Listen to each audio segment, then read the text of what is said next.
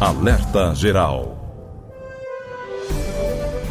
No Alerta Geral, bate-papo político com os jornalistas Luzenor de Oliveira e Beto Almeida. Os prefeitos dos 184 municípios do Ceará estão de olho em uma pauta que mexe com os cofres dos municípios em todo o Brasil. É a renegociação das dívidas previdenciárias que está na pauta do Congresso Nacional. Os prefeitos batem a porta dos deputados federais para agilizar a votação de uma PEC, proposta de emenda à Constituição, que define condições de parcelamento das dívidas com o INSS.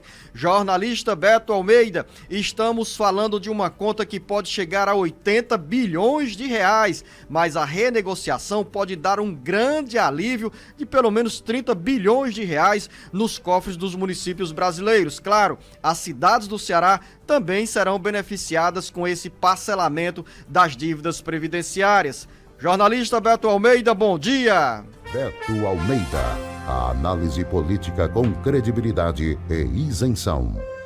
Bom dia, Luzenor, bom dia aos nossos ouvintes. Luzenor, os prefeitos estão aí, como se diz, de boca aberta, aguardando a aprovação desta PEC na Câmara dos Deputados, porque, na realidade, isso tem impactado muito a vida financeira das prefeituras que estão em débito com a Previdência Social.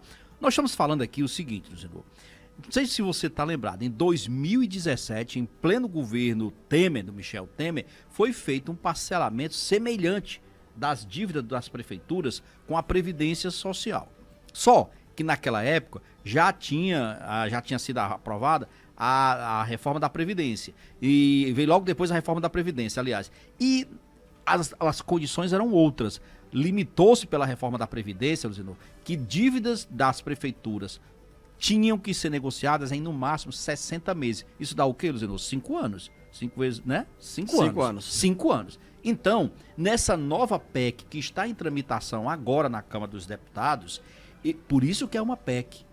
Por isso que é uma PEC, porque ele tem que fazer uma mudança, uma proposta de emenda à Constituição. Não é mais um projeto de lei qualquer. E aí o que a PEC pretende agora, Luzinor?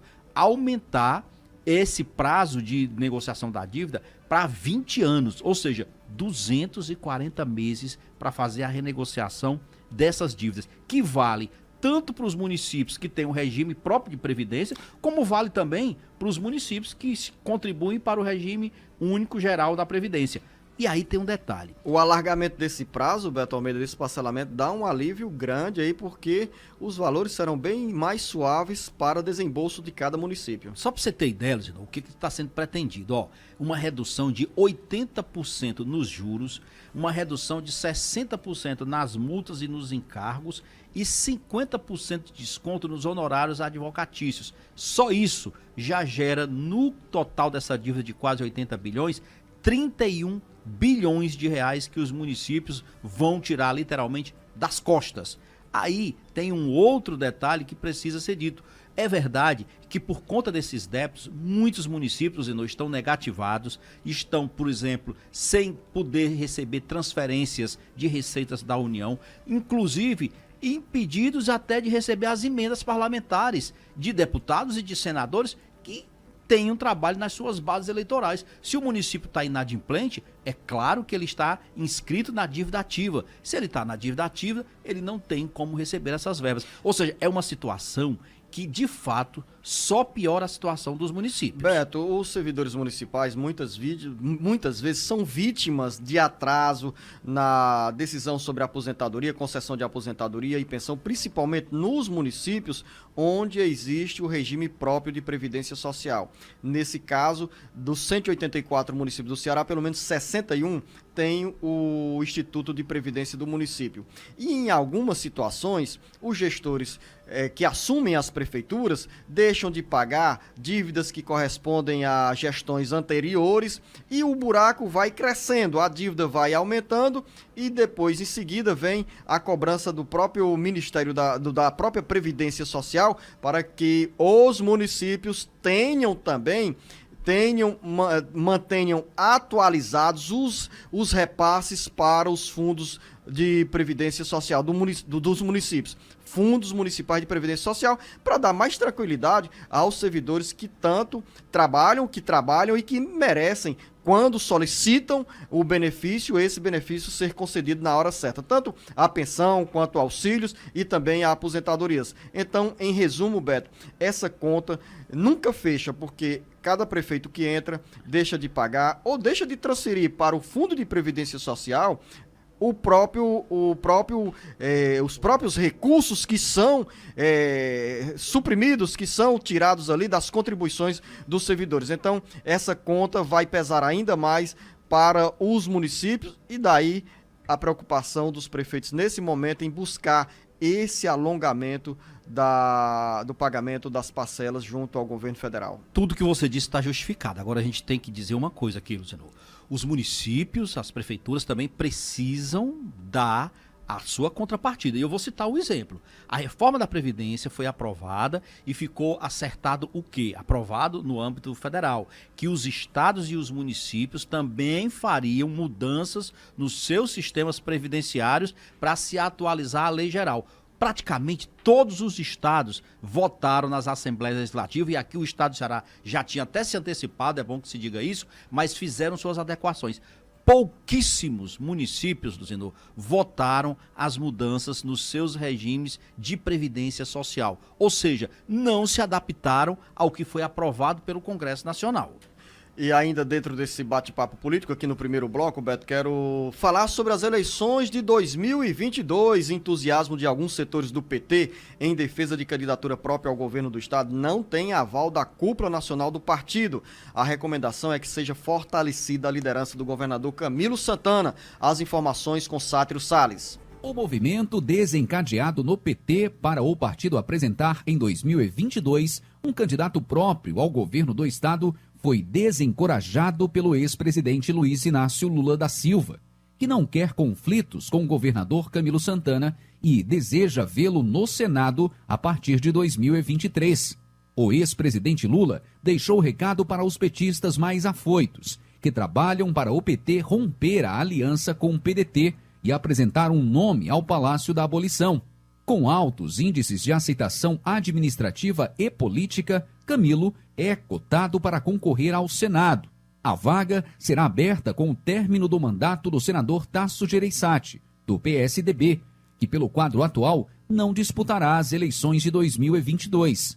O governador Camilo Santana está determinado a trabalhar para manter a aliança com o PDT, mesmo que no cenário nacional estejam em lados opostos o ex-presidente Lula e o presidenciável Ciro Gomes. O PDT tem 4 pré-candidatos ao governo do estado: Roberto Cláudio, Isolda Sela, Evandro Leitão e Mauro Filho.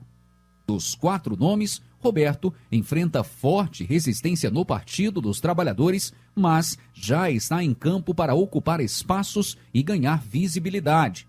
Mesmo com tantas opções, o PDT guarda, porém, como maior trunfo o senador Cid Gomes.